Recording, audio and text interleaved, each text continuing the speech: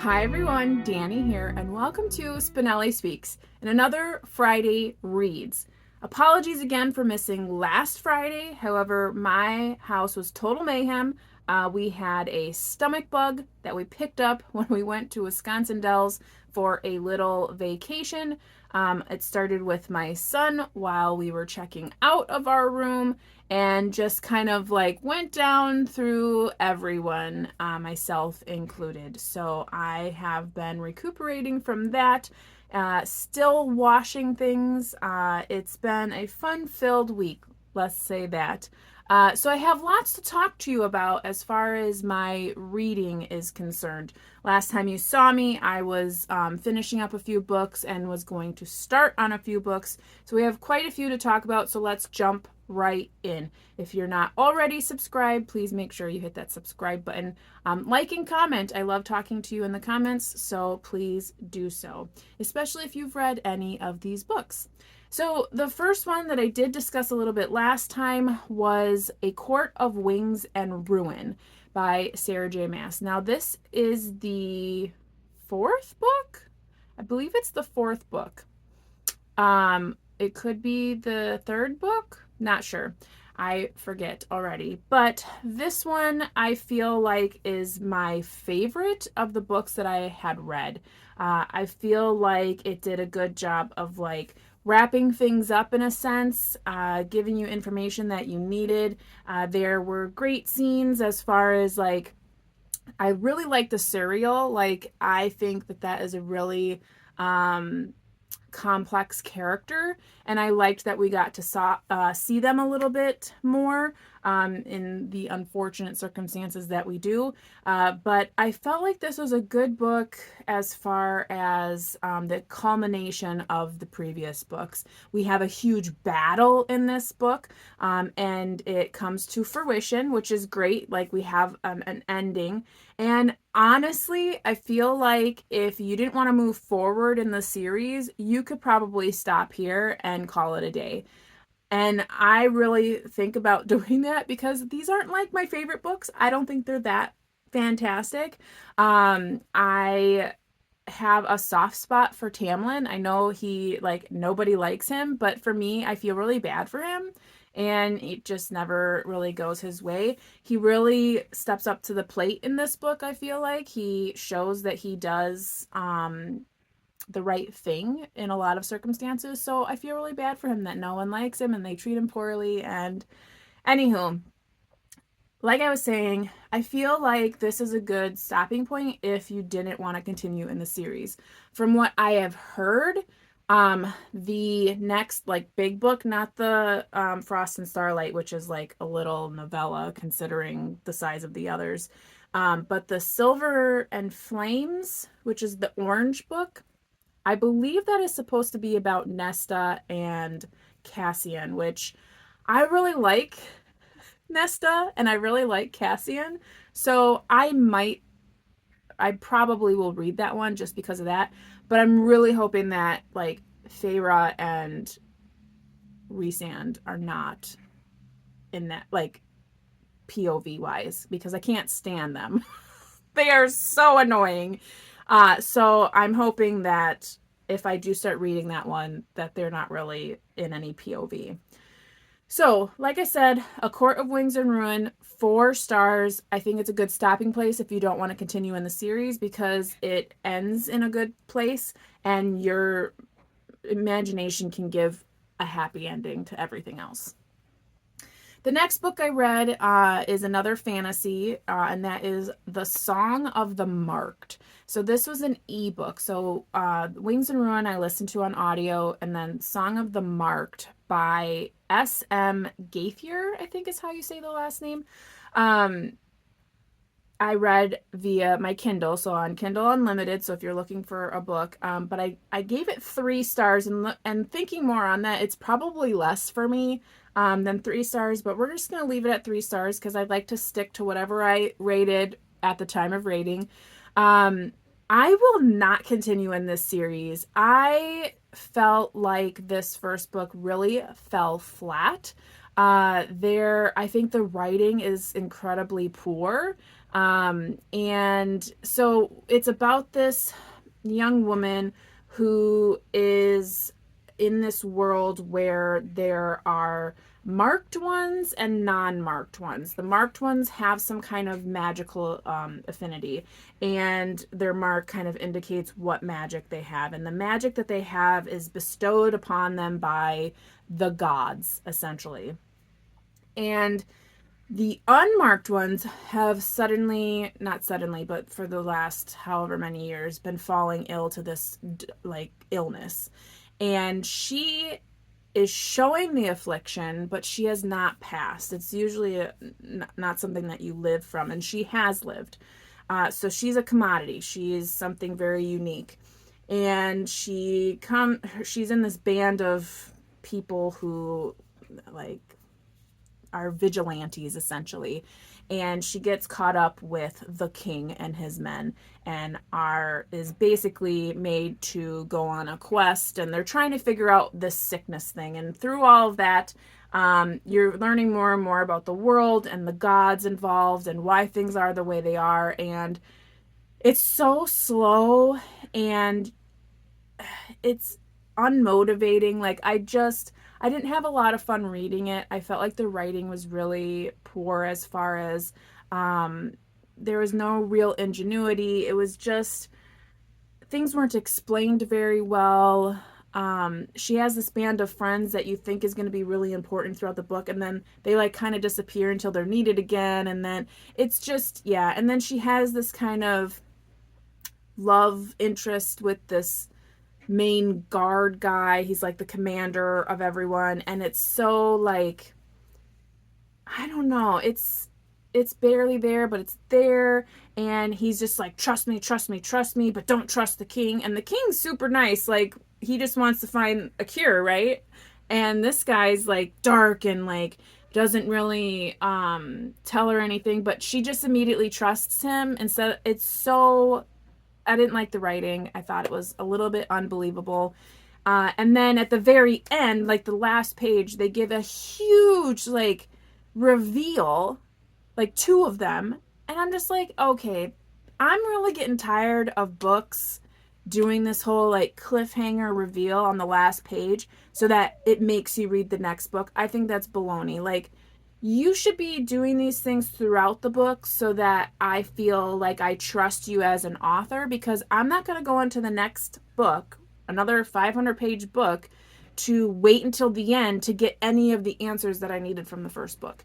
So I made a decision. I'm not going to read any more of these books.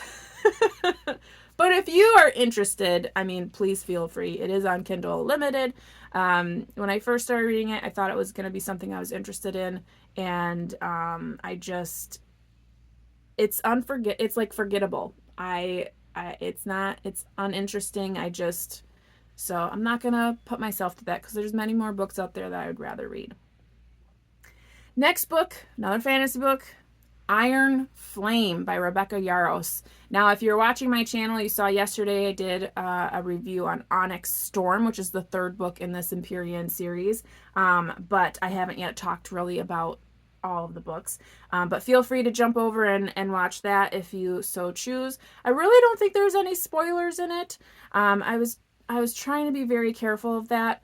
But anyway, so Iron Flame is the second in this series, which I guess is a 5-book series, was meant to be a trilogy, really should have just been a trilogy, because so Iron Flame, and later when we talk about Onyx Storm, they're like filler books. They're these like 500, 600-page books that are really just filler. And specifically in Iron Flame, all we have is like a miscommunication trope. And not even so much miscommunication, but just this like constant, I don't trust you. You're not doing the things I want you to do. I need to be able to trust you. But then you're like still together and still like doing things like sexually together. Like it's so annoying to have the same thing like shoved down your throat the entire book. Like, oh, he did this, but I still don't trust him. Oh, he did this for me, but I still don't trust him. Like, seriously. Violet and Xaden, Taryn and Sigale, they're all linked. Like, you're all linked mentally. So the fact that you can't trust somebody that you are mentally linked to, that you can literally, like, you can trust them. It's so annoying. It was so annoying the whole book through. I just wanted to, like, ah, it was so annoying.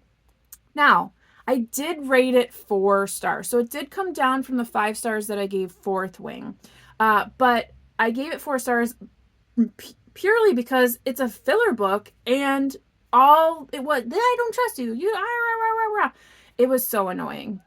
I did like the fact that the friends group is getting stronger and more knit together because I really like some of the side characters. But you have to be careful because you don't want to like them too much because Rebecca Yarros, might throw them off a cliff or something. So you're like real like cautious there. But I do like a lot of the side characters, so I'm looking forward to their development. And I mean, I could do without the romance. I don't think it is that fantastic. I think it's a little cringy. Like, it felt like insta love. It did not feel like enemies to lovers because she never really didn't like him. She just knew she wasn't supposed to. And like they're just so intense. Like they're so intense that it's like annoyingly so. And at the end of this book, again, a huge reveal and then essentially cliffhanger. So again, why are all these authors thinking that this is acceptable to be like, we're not going to put anything important in the book until the very last page so that you come back for more. And then we're going to like fill the whole book with nothingness until the very last page. It's annoying. And it makes me as a reader not trust you and therefore decide whether or not I'm going to contribute any more of my time to your reading. So you have that.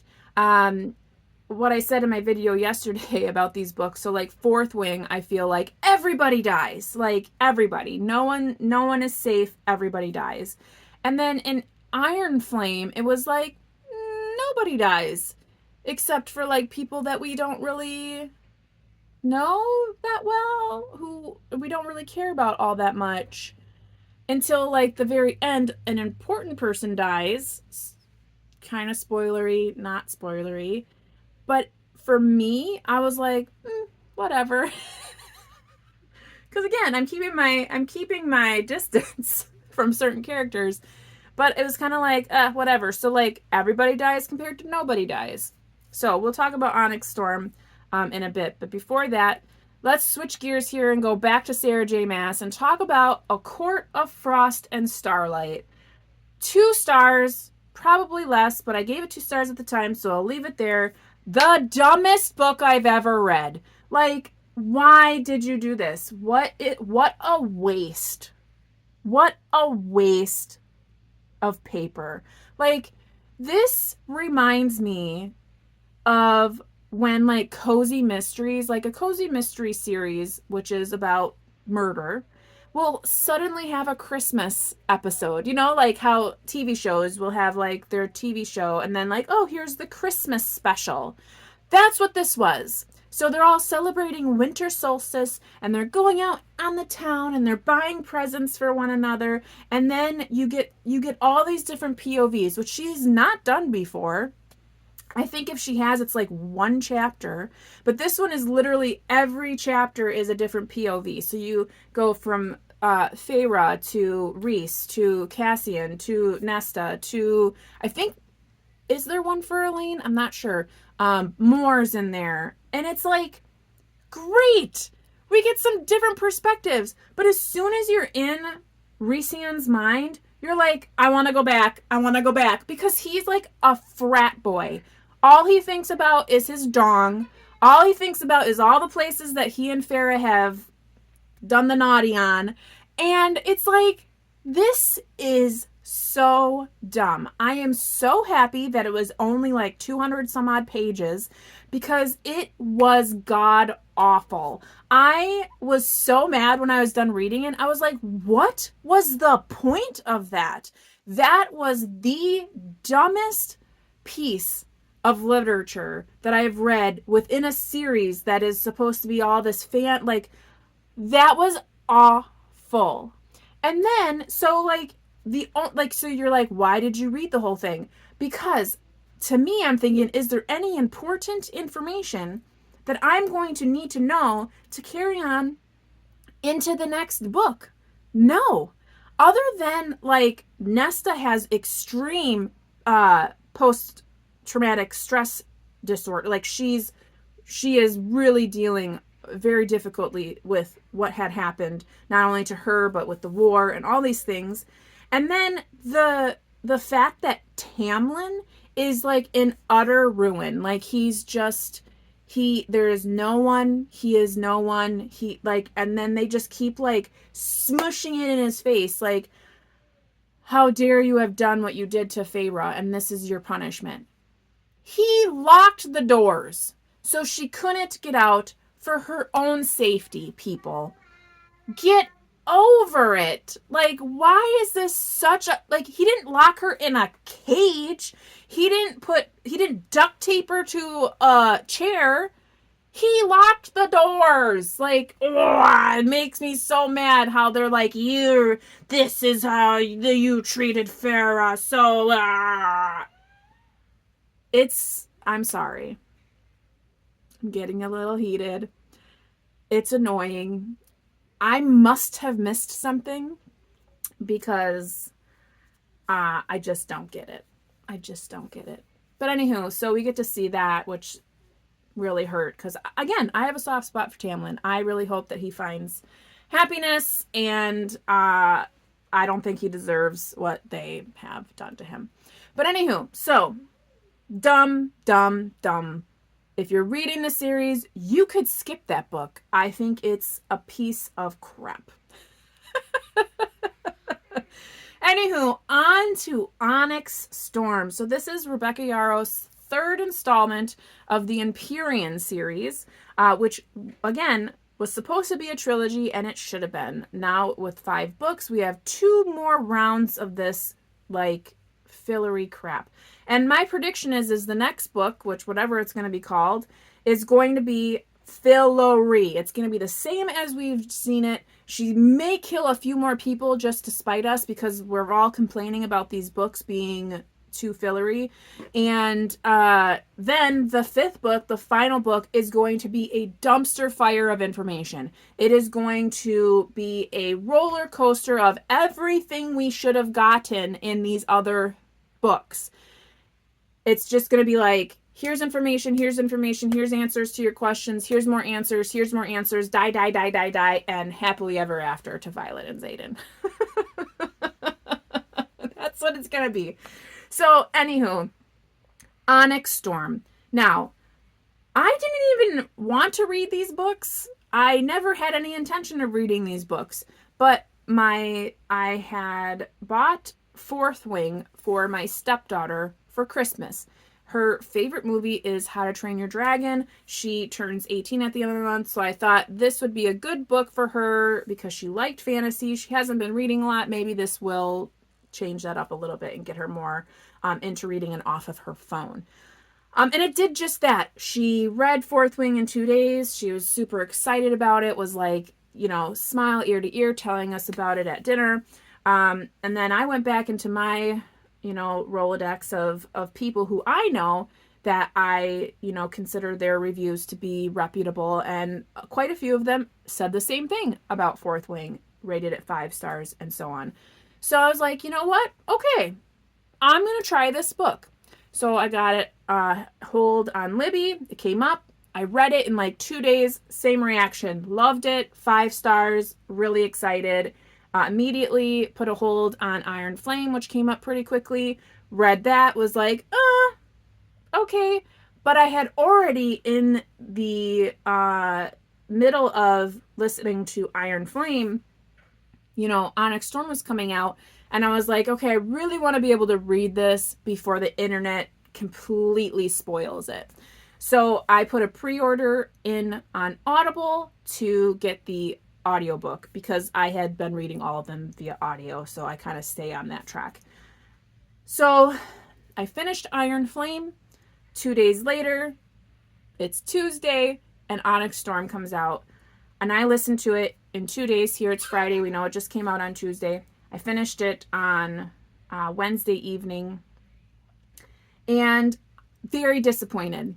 If you saw my video yesterday, I rated it 3 stars. And I said very generously 3 stars. I feel like it's more like a 2.5. But, you know, you give it 3 stars on Goodreads. Very, very disappointed. The extreme level of filler, I feel like, is this book. So from the first 2 books, we know that we are following Violet Sorrendale, who is at this war college, and it is for riders of dragons, right? And in the process of getting here, we know that there are these flyers that fly on griffins, and they're enemies. But what we realize is that they actually they have a common enemy, which is the Venom, which are people that have basically succumbed to a more evil force of magic, which is channeling from the earth, sucking the life out of everything. And they're just evil, so to speak. I think we're going to find out later that there may be more to that story. But anyways, and then they have, I can't remember what their dragon-like things are. They're, oh my God, starts with a W. I can't think of the word now, but it's not dragons. They're wyvern, which have 4 legs. So if you know all these different things, you know what I'm talking about. But anyways, so in this 3rd book, what we've learned from the first 2 is there is so much unknown to these writers, and specifically this younger generation, because the older generations have been splicing it from history. Okay? That's the main, like, overall overarching concept, is that it only takes one generation to wipe out the history of the last. So we know that there is so much unknown out there. There is so much history and information that has been squashed, that has been hidden. And in this book, it seems as if they're going to find that information and find out how to vanquish the Venom, to maybe cure those who have been afflicted by the Venom. But here's the thing. We don't learn a thing. We don't learn anything. Nothing. Violet basically creates a quest squad that goes out to try to find this information.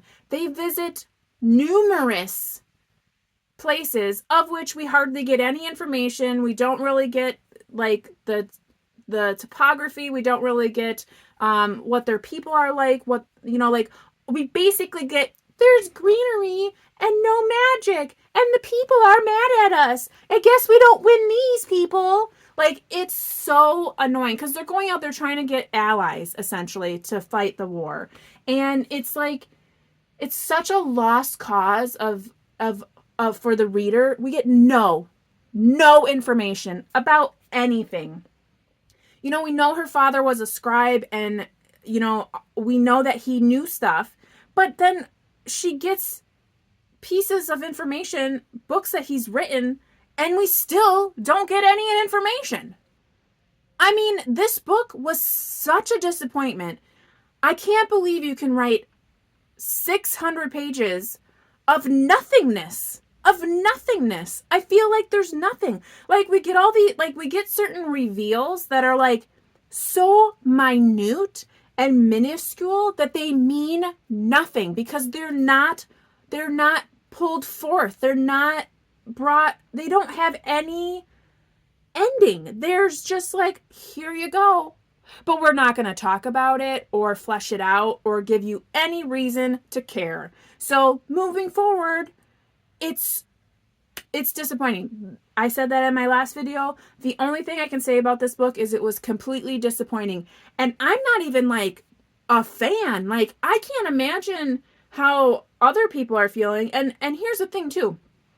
there are plenty of people that are going to rate this 5 stars, and that is great, and that is good for you, and I'm happy that you are thoroughly enjoying these books. That is wonderful. But for me, someone who is a knowledge seeker, who wants to have the information to understand the complexities of this book, from what I understood from the first book, it's not good. It was not a fun read. It was very perplexing.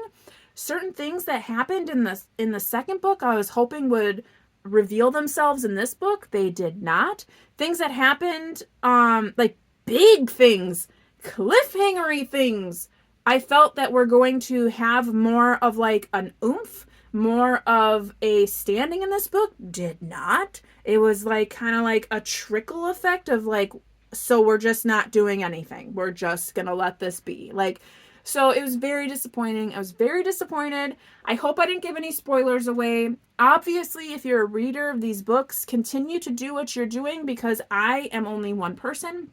This is only my opinion, and you may have a different one for me, and that is awesome. I am so happy that everyone who reads has a different background and different wants and needs from books, because that is important. So that's all I'm going to say about these books. Am I going to continue forward? Of course. I'll probably do the same thing I did last time, which is pre-order the Audible so that I can listen to it before any spoilers happen. But I'm very disappointed at this point. Rebecca Yarros needs to up her game. She needs to stop doing what the publisher wants to do and stretch things out. She just needs to write well. And okay, so we're going to move on from that. What am I currently reading? I am currently reading Quicksilver. I'm at 17%. That is a book by Callie Hart, which I recently found out is going to become a Netflix movie, which, you know, 'tis either near or far for me. Whatever. I will probably watch it once I'm done reading it, which I probably won't be able to see it for a couple of years. I think it just announced it. But like I said, 17% in. So far, I'm not grounded yet on what's actually happening. We do follow a young woman who lives in a very unfortunate place. She's in the 3rd ward of this town, and which is ruled by a very wicked witch. Queen. She's just a queen. I don't know if she's a witch. She's something, because she seems immortal, but she isn't. So there's definitely something there. Guarded by all these guardians who, again, I think there's some kind of magics going on there. And anywho, so this girl gets into a lot of trouble, ends up like basically dying-ish, but being saved at the last second by this person who she deems as death, but I feel like is this Quicksilver person. That's how far I'm in. I'm really trying to just grasp what is happening. There's Faye in this book, apparently. She's just now realizing this. They were like bedtime stories, and now she's realizing that they're real. So that's where I'm at. I'm very I have not gotten far enough in to really discern what is happening, who the players are, and what the grand battle or quest or main thing is for the book. So that's where I'm at. So I'm reading that on ebook. For the previous books that I mentioned, all of the court books I'm listening to on audio, all of the Empyrean books I'm listening to on audio.